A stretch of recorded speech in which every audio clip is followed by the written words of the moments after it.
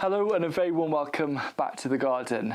Now, can you really have a garden without potatoes? I think that every single garden has to be growing them.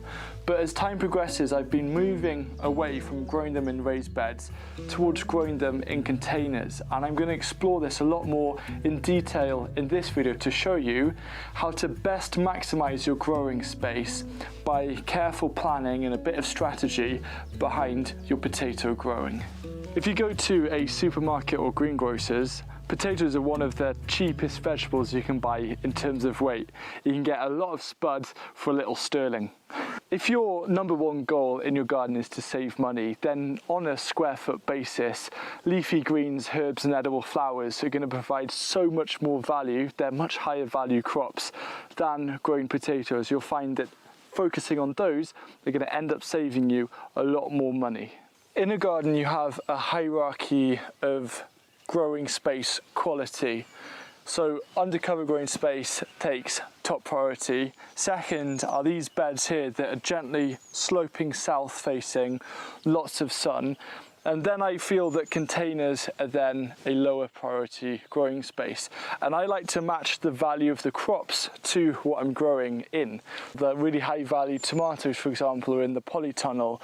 The lesser value, for example, garlic is growing here in the beds. And then the lower value potatoes in containers. Because don't get me wrong, I love potatoes. Growing your own, they taste absolutely amazing, better than what you could buy in a supermarket. They'll always have a place, but I'm trying to think carefully about how I can really get the most from this garden.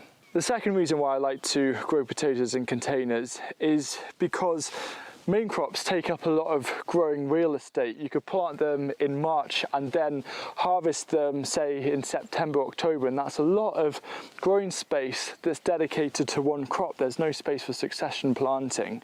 So what I do is I focus on sarpomeras. They're absolutely fantastic and they're blight resistant.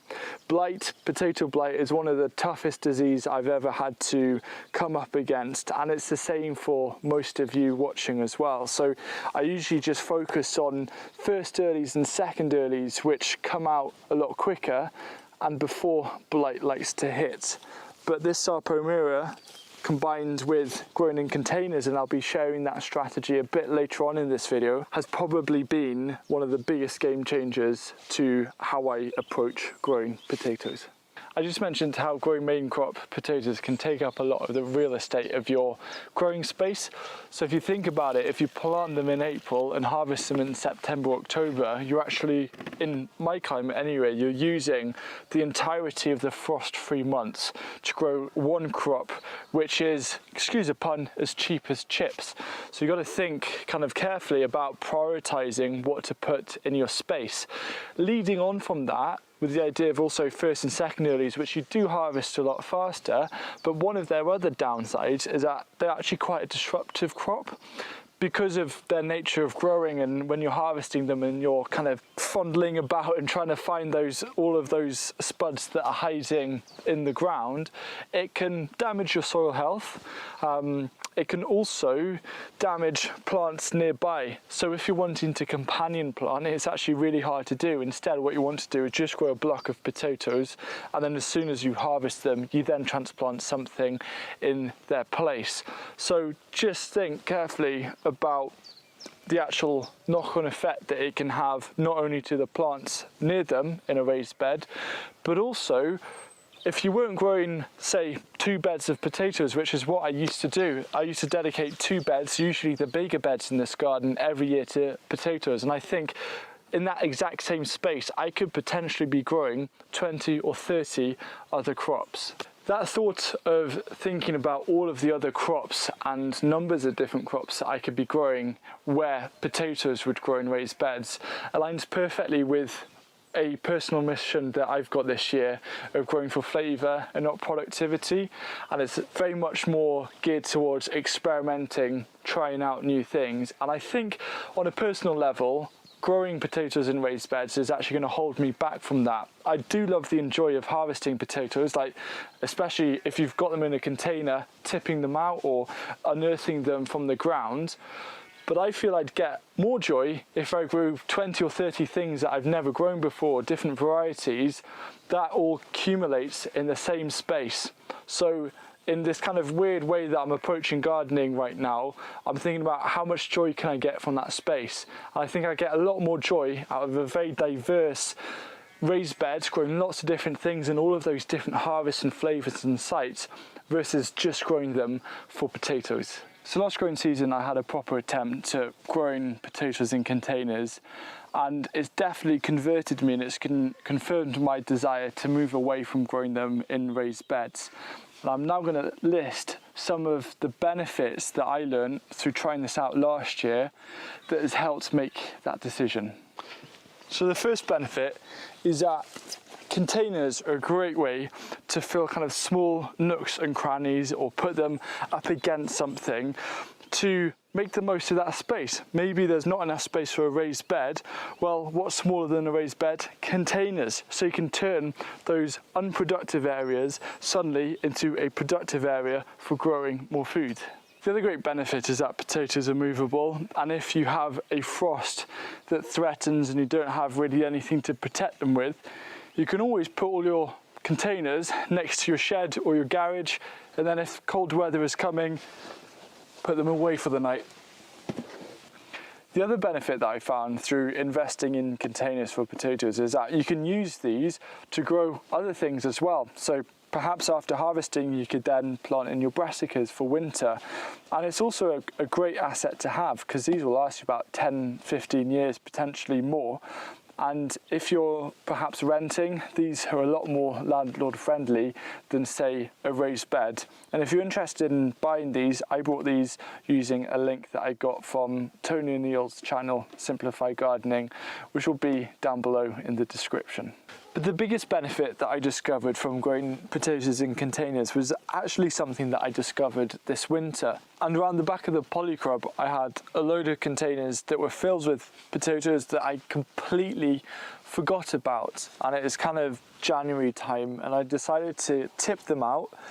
And there were potatoes perfectly stored. They were sarpomeras, so they weren't affected by the blight. And it suddenly dawned on me that instead of worrying about harvesting a whole bed of potatoes and then storing them, which can sometimes be a bit risky because if one of those stored potatoes spoils, it's like a domino effect for the whole stock and can destroy your whole stock. It's much easier keeping them in their pots and containers and just coming along and tipping them out as and when needed. That's a strategy that I'm going to be taking moving forward. Based on that kind of surprise that I got from seeing how well they stored in the ground and the ease of that, I've decided that this year I'm going to grow 20 containers of sarpomeras for the goal of storing them just in their containers until needed. So between October and February, I can harvest one of these potatoes or one of these containers a week. And if we get a very attainable 1.5 kilos of spuds in each container, then that's 6 large portions of potatoes every week, which would be a really big contribution towards self-sufficiency during winter. The way that I'm going to plant these buckets is firstly going to use sarpomeras, and what I've done is I've got a 50-50 mix here of Rocket Grow, which I'm an ambassador for this year, and I'm going to put it through its paces to see how it does. Really exciting, amazing texture. I've also done it with a mix of just some old compost to help bulk it out, and then I'm going to fill this container with about 1/3 of compost.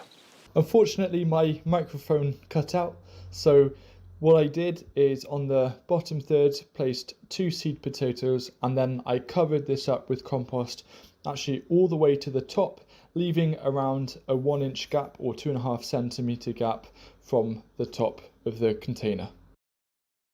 The only real downside that I came across when growing potatoes in containers is watering them. But when I was watching one of Tony's videos, he used a type of straw to put over the top to help act as a mulch and retain water.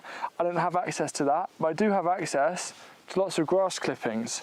So what I'm doing is I'm going to put a layer of grass clippings over the top just to help retain the water, to save some time watering a lot of containers. And that's the exact process I'm going to repeat for the other 19 buckets.